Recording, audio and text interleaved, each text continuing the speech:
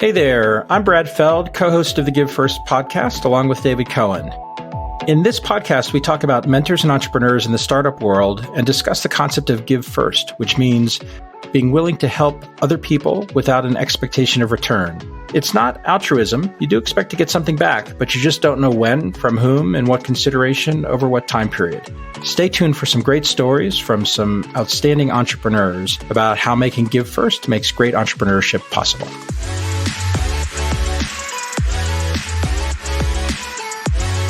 And now, before we really get started, the legal stuff, spoken really quickly. The following discussion is an expression of personal opinion and does not represent the opinion of Techstars or any company we discuss. Our conversation is for informational purposes only, including any mention of securities or funds. This is not legal, business, investment, or tax advice, and is not intended for use by any investor. Certain of Techstars funds own or may own in the future securities in some of the companies discussed in this podcast. This is not in tiny little print at the bottom of the advertisement on your TV set, because it's a podcast.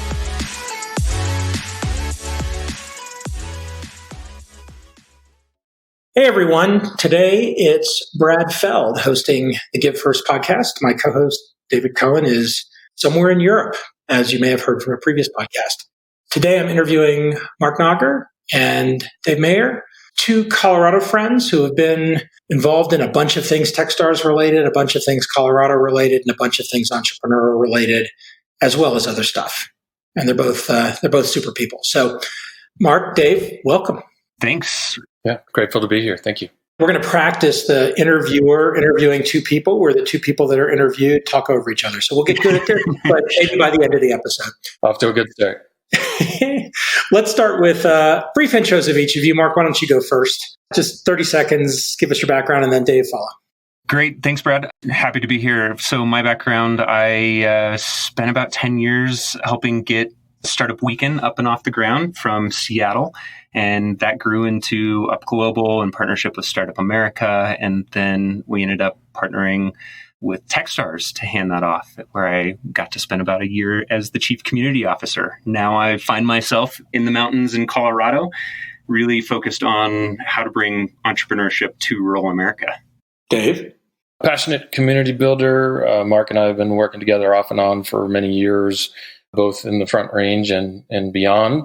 Marc is, as you likely know, in Telluride these days and all around Colorado for that matter. But after 16, 17 years of building an ethical revolution in the recruiting community, specifically among startups, with the Give First ethos at its core, my wife and I now live in Carbondale, so outside of Aspen, but we do a tremendous amount of community building still in the Front Range as well as throughout Colorado itself. So do y'all remember the first time you met each other or were physically in the same place? Was there like a moment in time where you connected? Oh, it had to be one of the Startup Weekend events. If I recall right, Dave, you were given first before it was cool. I think you were sponsoring the Startup Weekends in Boulder and Denver, and as soon as Startup Week came out. So I had numerous interactions. I can't recall the very first one. But I seem to recall it was one of the first ones where you were involved and just approached you and just said, I wanted to understand how we could be of assistance. I don't even think that we were sponsoring. I think I was just a Startup Weekend organizer, one of the first, and training with you in Kansas City and how to be a better organizer. And yeah, just sort of really threw ourselves into what it meant to give first and support the startup ecosystem in Boulder as a true partner. So we have a worldwide audience here at the Give First podcast. We're still trying to figure out names of countries because, when we refer to things like Europe, we have to talk about whether it's a country or a city. My guess is people outside the Front Range might have heard of Telluride, or outside of Colorado, might have heard of Telluride, but I doubt many have heard of Carbondale. Dave, tell us a little about Carbondale, and Marc, tell us a little about Telluride. Yeah, Carbondale is this really amazing little 6,000 person town nestled in what we call the Roaring Fork Valley. It's a 40-mile, 50,000-ish person valley full of really smart people who really love the outdoors. Obviously, at the top of the valley, from a physical standpoint, is Aspen, and all things that means, both in summer and in the fall and in the winter. Obviously, amazing skiing. We are fortunate enough to be surrounded by a ton of incredible entrepreneurs. There's more than 50% of the population here are either solo entrepreneurs or who are entrepreneurs who run small businesses. And one of the first things I did after leaving the Boulder and Denver startup ecosystems was to sort of go and try to find my people here in the Valley. And while there was a handful of different organizations, we were all sort of orbiting each other, and there was no sort of center of gravity around entrepreneurship and startup ecosystems. And so I started something called Aspen Entrepreneurs back in 2014 that has now merged with an organization called CoVenture.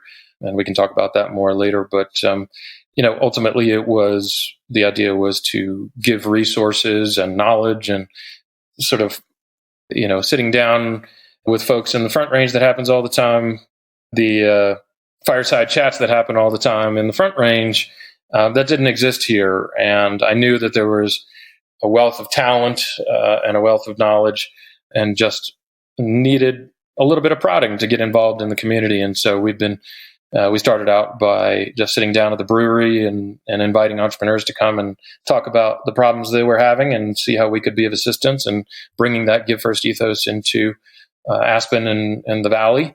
And then we moved into these fireside chats with old guard meets new guard. And the first event we did was with George Stranahan, who was an incredible human being, an old friend of Hunter S. Thompson's and all sorts of shenanigans that he has great stories about.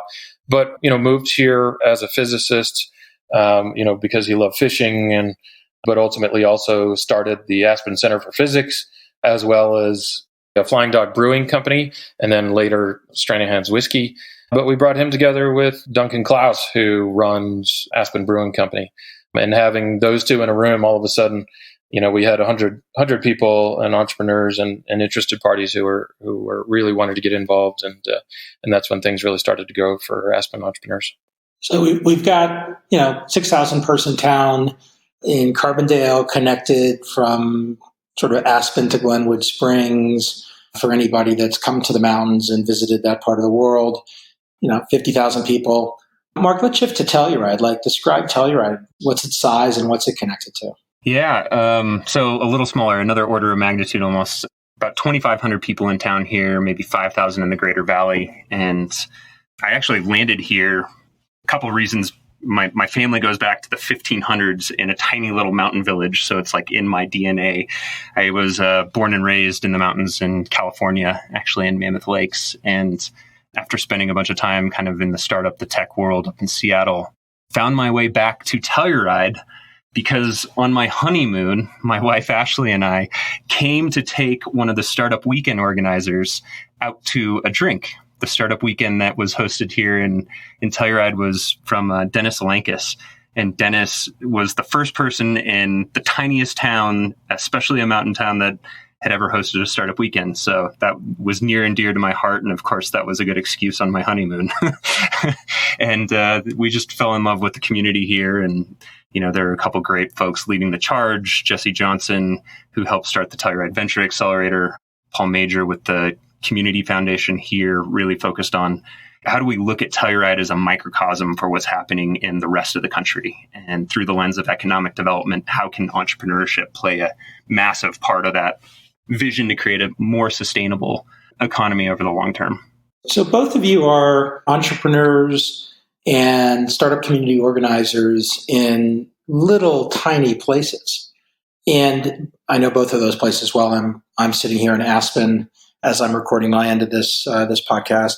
And it's amazing when you look at Carbondale, Telluride, and all of the entrepreneurial activity in these regions, just the amount of it. And it's almost the defining statement that undermines the concept that you have to be in a major city to be an entrepreneur. If you want to extend that even further, you have to be in Silicon Valley to be an entrepreneur. I think at this point, most people realize that's nonsensical, that entrepreneurship happens all over the world and that there's lots of different places in the world where you can build real startup communities.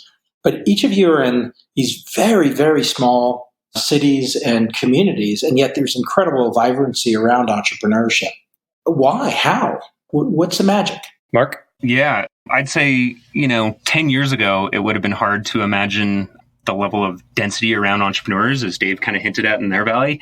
But you'd be surprised the number of people that are freelancers or entrepreneurs or have been in the entrepreneurial world and now looking for kind of a change of pace. You find some incredibly accomplished people in these small towns, and likely they're the people who grew up here, who went off, had careers, and came back, and they're looking to participate in different ways as entrepreneurs again, as investors. And you end up with just a vast resource of this intellectual and financial and network capital in these small towns. And I truly believe it's not just the mountain towns, it's the Montroses, the Grand Junctions, the Durangos. I know for those of you not familiar with Colorado, look them up. They're about 6 hours from the Front Range. They really are kind of in the middle of nowhere. But we have proof. We just recently had a tech company called Get Prime exit for $170 million out of Durango. We had Mercury Payment Systems. I think it's one of the, 4 unicorns that have come from Colorado history, also came from Durango. So you kind of have this level of activity that's already happening in these communities. And I think it's just an amazing opportunity to come in and put a little more organization, community building, a lot of what we've learned in the big cities over the last decade in startup communities 1.0, if you will. I think for me, it's sort of borrowing a phrase from the Grand Junction, Colorado Chamber of Commerce, which is the Colorado you are always promised, and that applies, sort of fill in the blank, right? It could be the Kansas you are always promised. For me, it's about quality of life, right? And broadband, and the fact that people can work from wherever they want now, and all you need is a laptop and a great internet connection and a great idea, and obviously an ability to execute and ability to build a great team around you.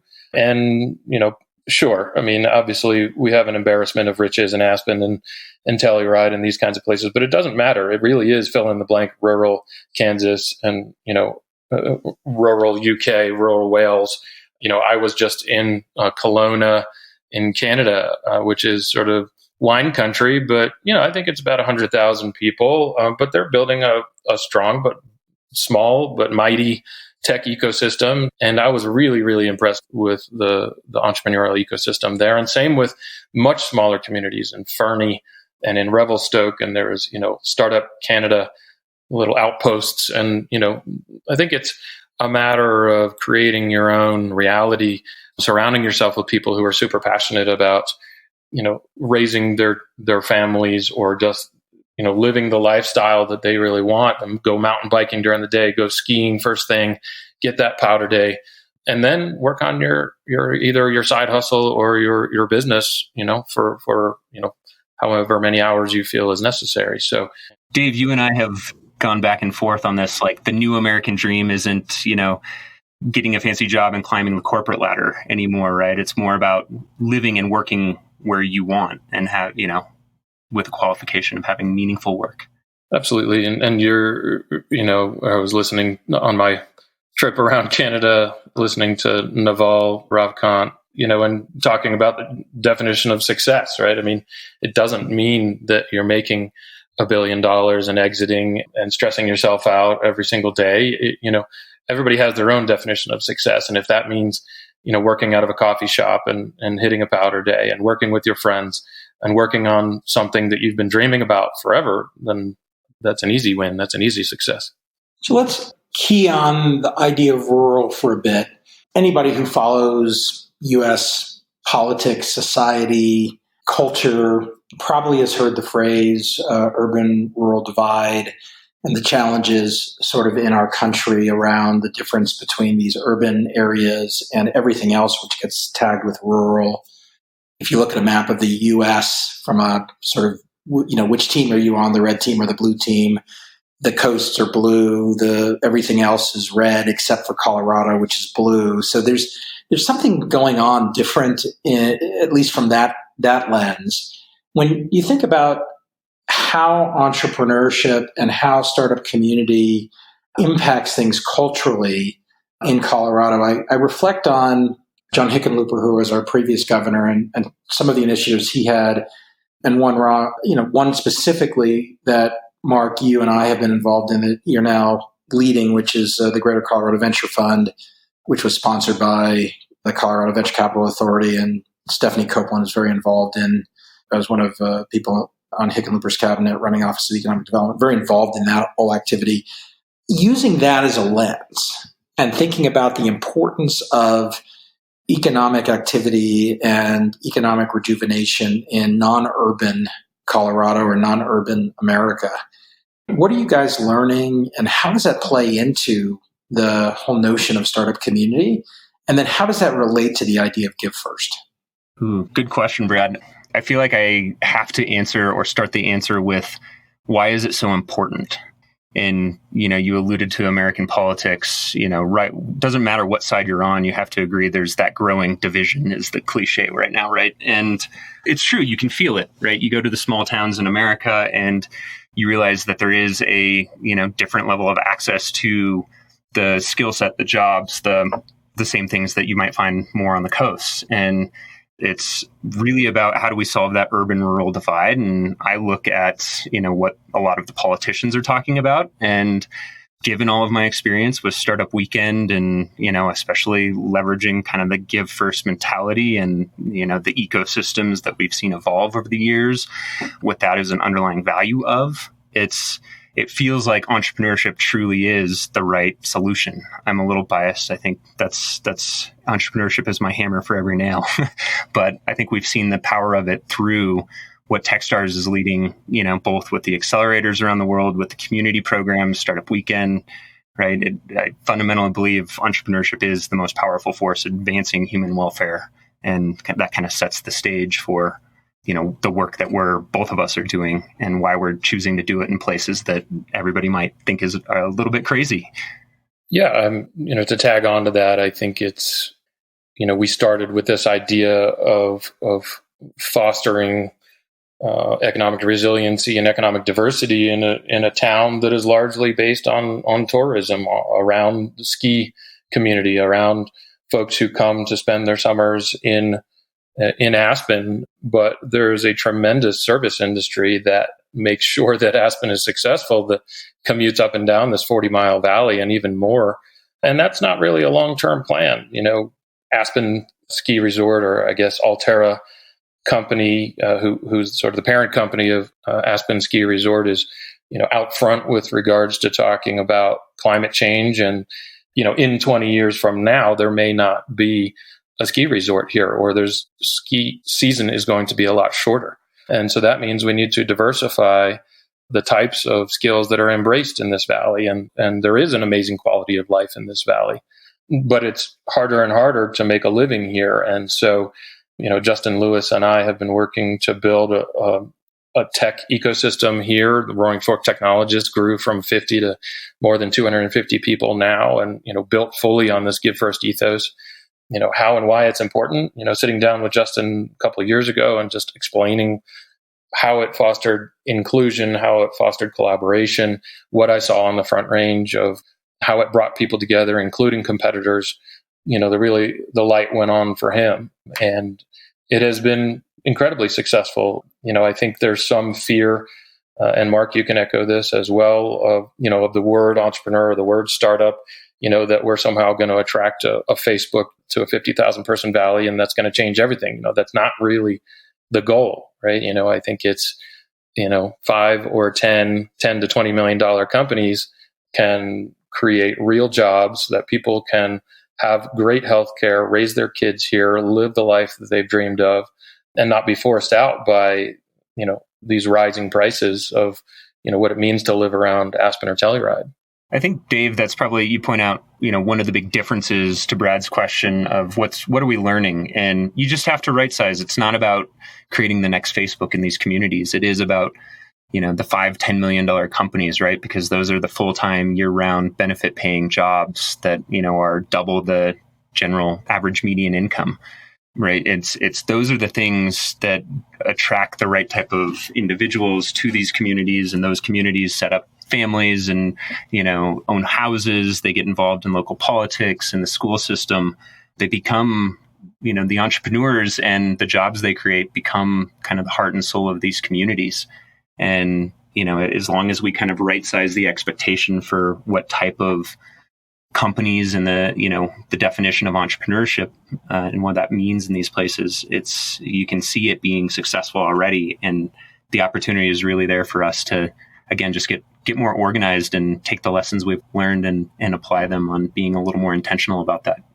Mark, when I show up at events on the West Slope, which I learned now, the new tagline is West Slope, Best Slope. Right? Exactly. I'm old, so I call it the Western Slope still.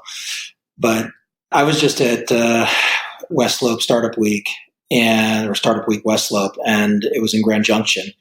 And whenever I show up on the Western Slope, I always feel like when I say, "Hi, I'm from the Front Range, I'm here to help," it's kind of like saying when the IRS guy shows up at your house and says, "Hi, I'm from the IRS. I'm here to help urge your office." Right? Something doesn't feel awesome, and I feel that way whenever I refer to rural Colorado versus the phrase that I sometimes use, non-urban Colorado. So, for everybody out there that is trying to think about the importance of language in this context, is it important? Does it matter? Does the word entrepreneurship trigger people in a way that's different than small business? Maybe specifically from a Colorado frame of reference, but probably generalizes pretty well. Yeah, and we've had conversations, Brad, about even using the word rural. And some of the feedback we got from folks in Grand Junction early on was that actually rural is, for the most part, a pejorative term. And it's generally used by politicians, and it's talking, down to those people.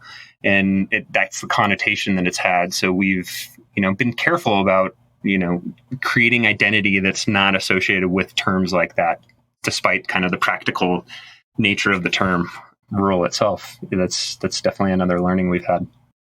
I think, I had that fear as well when, I moved to Carbondale and started putting on events and bringing people together in Aspen, that I was the guy from Boulder and I was here to help. Right. And, and I even got a warning from my wife that, be careful with that. Right. You don't want to be perceived as any sort of desire to turn Aspen into Boulder, because that certainly never was the intention, but I didn't want people to perceive that. For me, it was always, I'm here for the community to help think about the next 20 years. What do you want it to look like? And here is an ethos, a Give First ethos, that has been powerful in communities all over the globe. And I believe that it's a rising tide lifts all boats. Walk into a room and just say, "How can I be of assistance to you?" Instead of, what kind of car do you drive and what can you do for me? And here's my business card. Really flipping it on its head and helping people understand why the Give First ethos is so powerful, rural or urban or otherwise. It was just sort of the great equalizer for me. It was just, look, we're all in this to help this community look at the next 20 years. What do you want it to be? Obviously, everybody in Aspen or lots of folks in Aspen may have a different definition from folks in Carbondale, from folks in Glenwood about what they want for the next 20 years. But there are plenty of areas for agreement. And if we're all just in this inclusive, collaborative Give First ethos together, and asking each other how we can help solve one another's challenges and being genuine and authentic about it, then really there's no argument to be had. I want to maybe mention, too, that there's incredible value in the vocabulary and the values that are tied in connotation to certain words. And Brad, you mentioned the difference between entrepreneurship and small business. And we've had this conversation time and time again, but keep coming back to, no, we need to stick with the vocabulary that's new. It's a little different. Why? Because it's an opportunity to bring with that an entire new value set. And, for at least all of the work that we're doing and the folks that we're associated with, like Give First is one of those values associated with the term entrepreneur and startup, with the work that we get to do. And that's an opportunity for us. Same with diversity and inclusion. I think entrepreneurship, if you think of it as a movement, is one of the first movements that's been able to take a value like that and truly instill it from day one. And Techstars has just done an incredible job with that.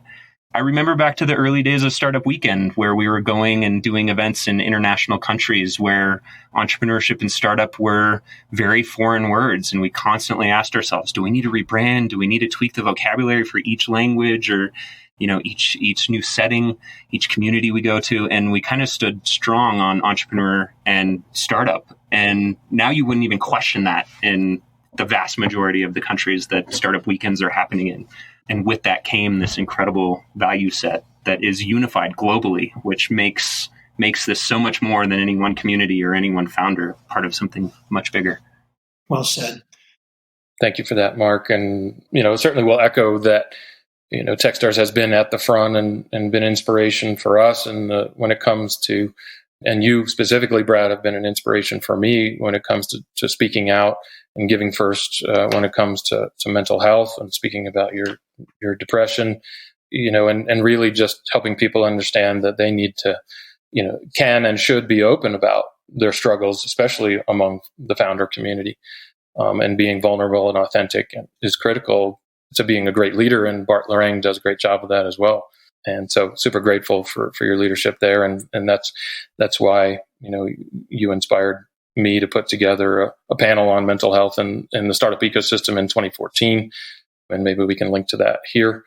And, that was one of the most rewarding things that I've gotten, again, sort of no expectation of anything in return, but, that video, that panel was filmed in 2014 at Boulder Startup Week. And only 3 or 4 months ago, I had a founder going through a really nasty breakup and come to me and say, hey, that video was really, really powerful for me.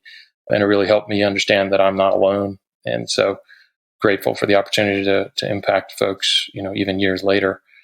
And same thing, absolutely, on diversity and inclusion. And grateful for all the work Techstars is pioneering there. And we just did a panel again at Boulder Startup Week 2019 on the topic, and super powerful stuff. Mark, I wanted to say one of the things that inspired me most from years ago, recollecting what you just said and bringing folks together in other cultures was, and the power of this give first ethos and the power of the startup and an entrepreneurial ecosystem is when you brought Palestinians and Israelis together for the first time. I wonder if you'd be willing to talk about that briefly.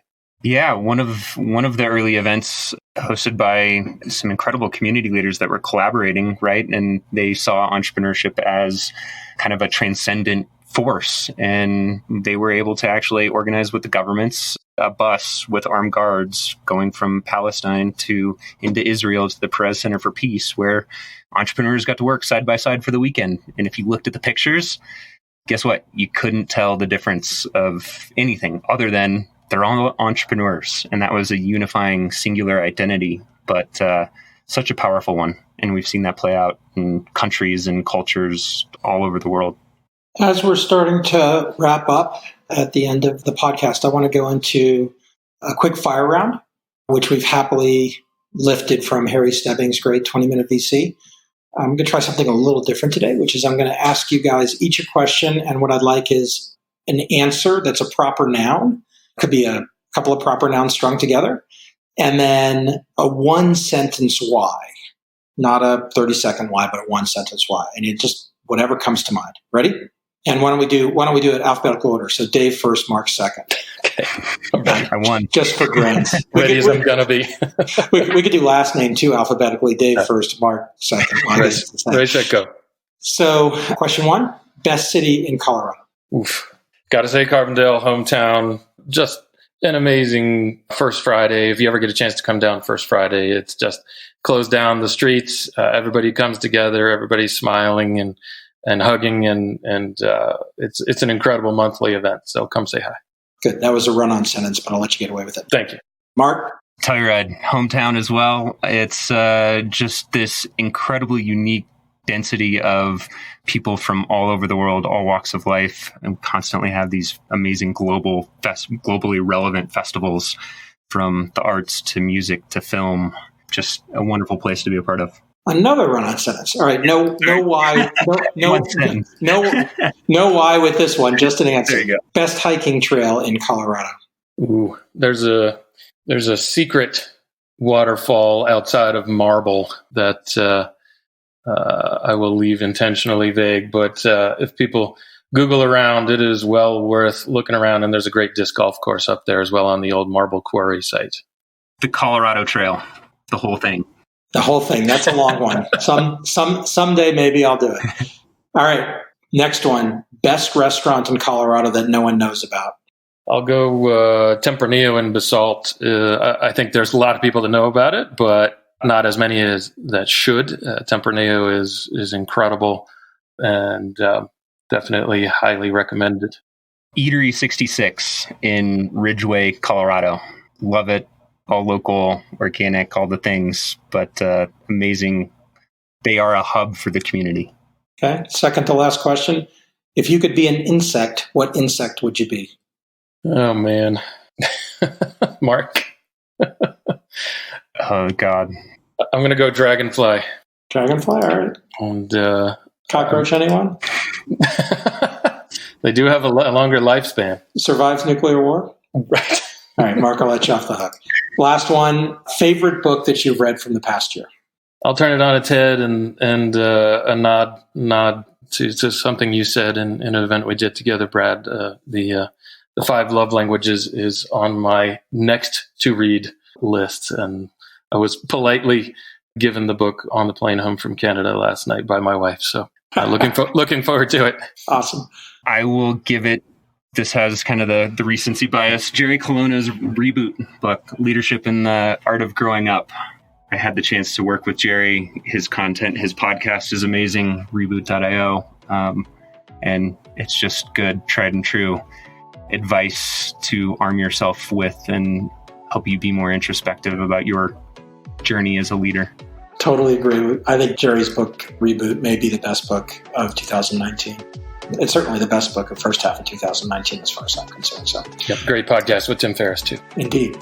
Dave, Mark, thanks for all the time. Awesome to have you guys on Give First, and see you soon.